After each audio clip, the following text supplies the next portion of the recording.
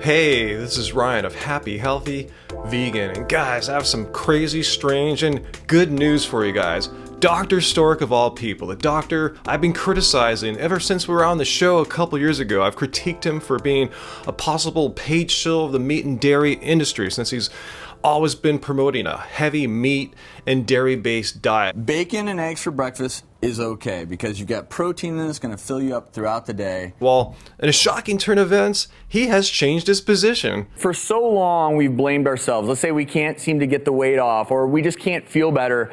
So that's why in the book, I focus on something that we've been overlooking, and that's the huge role our gut bacteria play when it comes to our weight and our health. Yeah, Dr. Stork is finally tuned on to the amazing wonders of having a healthy gut microbiome. In the book, I talk about you change your gut, you can change your life. And we're now learning about how this plays such a huge role in not only obesity potentially, but immune disorders, autoimmune conditions, and maybe even more as science evolves. So this might be great and all, but how does this relate to promoting a plant-based diet now? Well, it turns out to have a healthy gut microbiome, you need to eat a lot of plants. There was one study done, okay? And it looked at two groups. In one group, they were put on a really solid high fiber diet. The other group, low fiber diet. And so after 3 to 4 days of that, Drew, the people who were on the high fiber diet started to see positive changes, not only in the number of good gut bacteria, but also the diversity of them.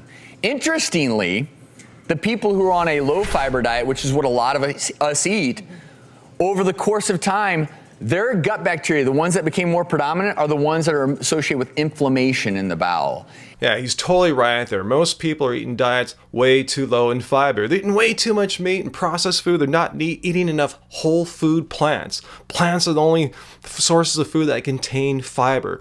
And now, crazily enough, watch here, Dr. Stork is recommending people replace their animal protein with plant protein. You want to increase your fiber intake, and some of the simple ways to do that.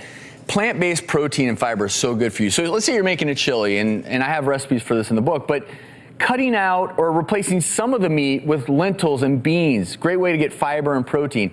All right, my mind is completely blown, guys. I never honestly thought I'd live to see the day where Dr. Travis Stork suggests that you replace eating meat with plants, with legumes. On this recent interview he gave on momtrends.com, Dr. Stork is telling people to eat an abundance of fruit and veggies every day, raw when possible. Because your gut bacteria love raw vegetables, my chow chows in the book all are made of raw veggies. And here he is recommending the virtues of plant proteins, not even recommending any animal protein whatsoever. Likewise, tells us to eat lots of grains, and lastly, embrace healthy, friendly fats. And all these healthy, friendly fats are plant-based fats, not any mention of animal fats. Little things like you're making a sandwich. If you swap out mayo and use hummus instead, you're getting that protein and fiber without really changing that much in terms of the types of foods you're enjoying. Check it out. Dr. Stork giving some practical tips there on how to get rid of the animal mayonnaise and put on some plant-based foods like hummus, or I would even suggest try just mayo from Hampton Creek if you're into that. But what's even more interesting, Dr. Stork also seems to be understanding that calorie restriction is not a real valid way, a healthy way to lose weight in the long term. But I would say the biggest thing is this. You can eat these foods and feel full and actually lose weight and feel better. And it's pretty remarkable because, again, most of the time we think, oh, I'm going to go on a diet, and you just stop.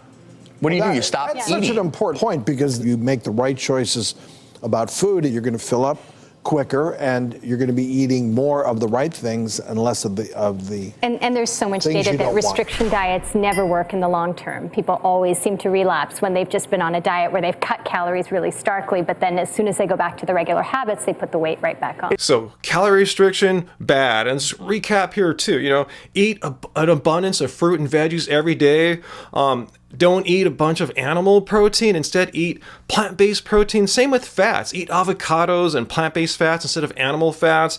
Get your grains, get your legumes and beans. This sounds like the message of Dr. Greger or Dr. Neil Bernard, but no, this is coming from all people, Dr. Stork. A person I've been criticizing for a long time here now, and I don't know if I've had any influence, probably not, but I'm going to give kudos where kudos is due.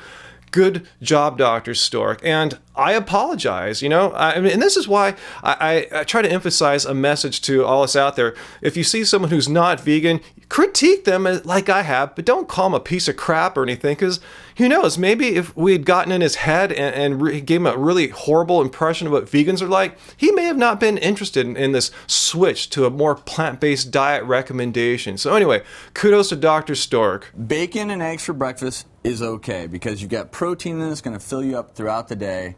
So post your questions and comments down below here. Is your mind blown as much as my mind is blown? Seeing Dr. Stork come out and tell people to replace meat with beans, grains, legumes, and the like.